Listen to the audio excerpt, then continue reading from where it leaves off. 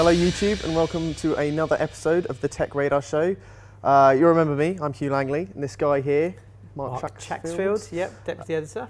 Back together on the sofa for the second time, Certainly actually. Now you might have noticed that we have some arms on the table. This isn't there by mistake. We're actually kind of changed up the format this week, and we've decided that if we don't agree with what the other person's saying, we're allowed to shoot them. Yep, so I think that's fair enough. I agree with that, so I'm not going to shoot you. Good. I think that's a good plan. Good. Leave it there. Excellent. Okay, so we're going to kick off with GamesCom. Obviously, that's going on at the moment. In terms of new stuff, I mean, Microsoft announced some bundles, which is nice. Yep. You know, and also the white Xbox One. Seems not that exciting, but actually it does look quite nice, and I do kind of want one. No, disagree with that. Fair enough. I just don't understand what a colour change. No, I mean, why is that exciting? It's not exciting. It's not exciting. Have you got an all-white house? Is that why you want a white Xbox One? No, all my consoles are black. Like I was looking at this last night because I was just like tidying up stuff in my room, and I have a lot of my consoles in my room. They're all black. I'm like, so why would a white? This is the same with nothing. iPhone. When It's a white not a big iPhone deal. comes No, out, it's not a big deal. I would like some gadgets. Every gadget in my console in my life, and TV and everything is black. I just want something that's. So is it the limited edition aspect of it being white? I guess so, yeah. And I think it actually just looks a bit nicer. Yeah. But anyway, that's bundled with the Sunset Overdrive. You know, I'm sure some people go out and buy it. But to me, actually, the biggest announcement was Tomb Raider, Rise of the Tomb Raider being an Xbox exclusive. That was a big one for them to land. That annoyed me big time, to be honest. I'm not a big fan of exclusives. I don't mind if it's an exclusive IP from the beginning. So you look at something like Uncharted for PlayStation, you're never going to expect that come to Xbox. But when it hasn't been an exclusive, then halfway through its run, so Tomb Raider, the definitive edition, is already out on the PS4, and now people that have got a PlayStation aren't going to be able to play the new Tomb Raider. I think it's just a cash cow for Microsoft. It is. Surely. Oh, brilliant. Yeah. I think it's all about money at the end of the day. Unfortunately, to be cynical about this, I mean, let's be honest, that's probably what it is. Well, it can't be just about what the console offers, because the consoles are so similar in what they do offer. Precisely. So. And if anything, the PS4 is seen, you know, as more powerful than the Xbox One. I mean, we know it is very marginally, but it is. Yeah, and also it's going to annoy PC fans because it's not coming to the PC either. Well, so exactly. There's a huge amount of fans of Tomb Raider that are going to be. Absolutely. I mean, my suspicion is that it will come to PS4 eventually. I think it'll be. They've said the line at the moment is it's exclusive for holiday 2015. So I think, you know, maybe a year after that we'll probably see it. The announcement of PlayStation Television, PlayStation TV, which will be out. So that's going to be October in the US, November in the UK. Are you excited by that? You know what, I am. Unless it's a great thing to have if you're like moving around a lot. If you're going somewhere, you can't take your PlayStation with you. Put your PlayStation TV box in your bag, and you can play games on the go. And you know, I think it's a signifier of where consoles will eventually go. You know, you tie it into like PlayStation Now, which was also announced will be coming to Europe next year, which we kind of knew would happen anyway. Yeah.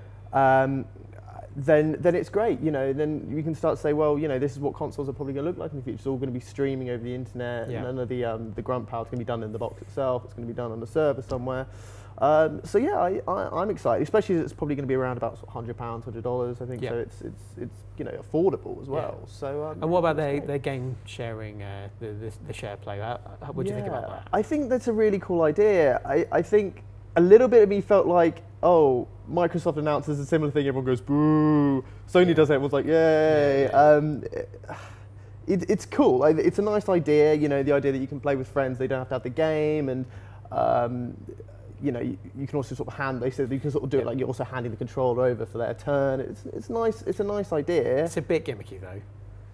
Possibly. And also, do you think people would just buy it and just buy into it? No, am I going to get? It's not at all. I think it's a cool idea. I mean, it's only going to be for co-ops, but that's great. You know, if I can play with, you know, I have a lot of friends who don't live in London; they live elsewhere in the world, and the idea of being able to just play with them and they don't have to own the game is great. Do you think it would just push them to buying the game though? I think it's a bit of a cynical. Well, maybe, but I don't know if that's such a bad thing. I don't think it's not going to make them buy the game. That's the thing. So no, I mean, maybe there are a couple of gimmicky aspects to it, but I think overall, I think it's a cool idea, a good initiative from Sony, and looking forward to trying it. One of the more interesting stories I thought this week was for football fans or soccer fans. You're not in the UK. So basically, Football Manager is one of the biggest football management sims in the entire world.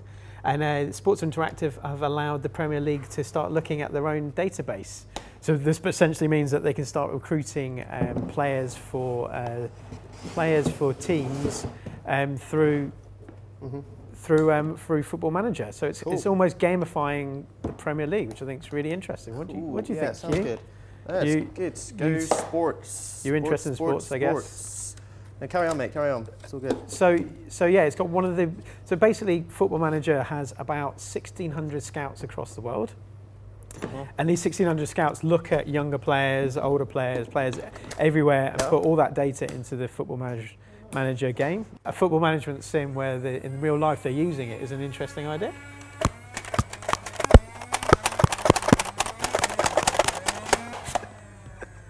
Not really, if I'm honest.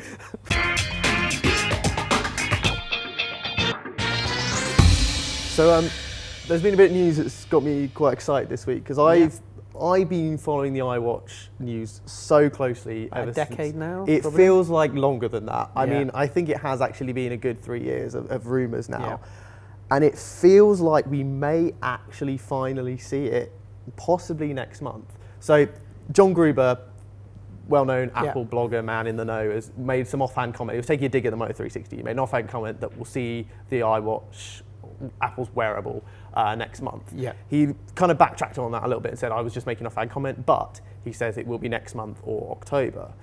So this is interesting for me. Yeah. Because at the moment, it feels like Apple is more of a leaky ship than it's ever been for years. We've seen nothing about the iWatch. We've seen no kind of, well, we've seen maybe prototype kind of drawings and etchings. And but the spy shots we've seen on the iPhone 6, and that's probably most definitely going to come out in September. Yeah. We haven't seen anything. We're not even seeing. How do you think they're keeping it a secret? Apple's doing what it did with the iPad when it first iPad and the first iPhone, where they build internally and they don't outsource anything yet because and they do it. I remember this with the iPad actually most vividly because nothing came out by the iPad until about, I think it felt like it was just a few hours before the press conference. I might be wrong about that, but it was definitely very much down to the line. And are you excited about the iWatch? You know what, I am, because my thing that I've argued long about the iWatch is I don't think it's going to be a smartwatch. It's going to be a wearable device. I think that's going to be absolutely loaded with sensors, and it's going to totally gamify health and well-being in a way that's never been done before. Like the jaw, I mean, I love the Jawbone, and it works for me because I track my sleep every day. I want to better myself every day. But I think Apple's going to do it on a scale we haven't seen, and I think it's going to have. I honestly believe it's going to be absolutely loaded with sensors. And I think it's a good thing. I have nothing against it. You're going to shoot me. Yeah. Oh, I missed you. You're not allowed a second shot. Damn. That's it. No, I kind of disagree. The thing is, I think if Apple make an iWatch, which they're going to, it will be a success. Yeah. It's not going to be anywhere near its success as the iPhone or even the iPad, which looks like it's diminishing slightly. And that's because I think Apple revitalised the mobile phone, but it was a market that was around for quite a while, and tablets similar. iWatch, the market's barely there. If you look around in the streets, how many people are actually wearing wearable devices? Hardly any. It's not like they have to revitalise the market. Yeah. So this whole wonderful, track your sleep, track your health, everyone else is doing that. What you've told me is absolutely no different to what everyone else is trying at the moment. I honestly think Apple's going to come into the room and say, no, this is what we're going to be wearing. And it's going to be, like I said, it's going to be something we haven't quite comprehended.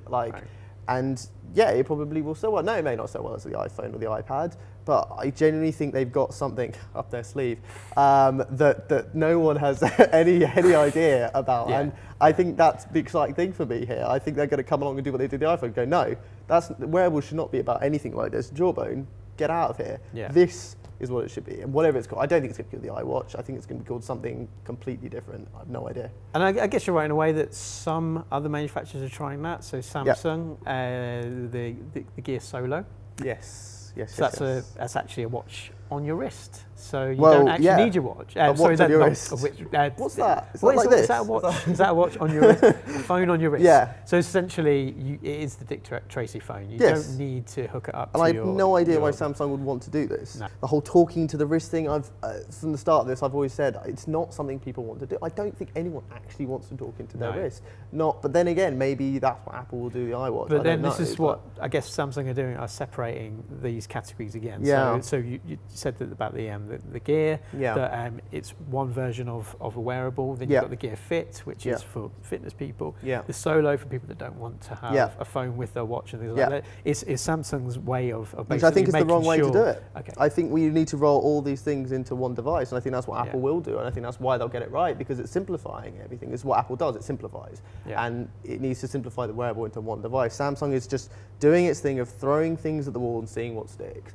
So talking about things that throwing at the wall that will stick, they've just announced the Samsung Galaxy Alpha, which looks to be like the phone that they want to go up against the iPhone 6, which isn't actually here at the moment. It's got a 4.7-inch screen, 720p, which is interesting. So it's not quite up there, but it's the metal trim, so it's a very premium, probably the most premium looking Galaxy device out there at the moment. Do you think they'll win with that, or is that just another? You know what? I think it's good. I think maybe they should have launched it with the S5.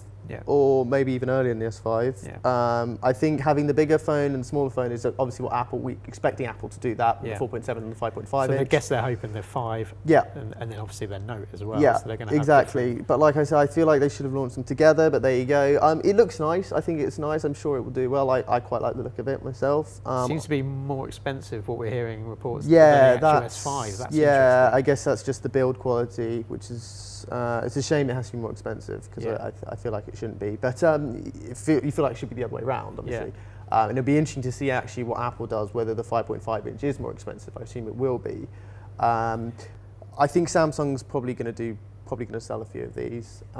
It's just like I said, it's a shame that they've come so late, but still getting in ahead of the iPhone 6. So they've got that the middle ground, and then I expect we'll see the iPhone 6 next month.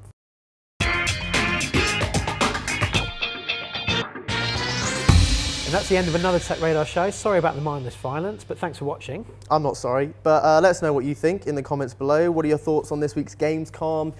What are you expecting from the iWatch? What do you think about what Amazon's up to? Let us know in the comments below. Don't forget to subscribe, and we'll see you again soon.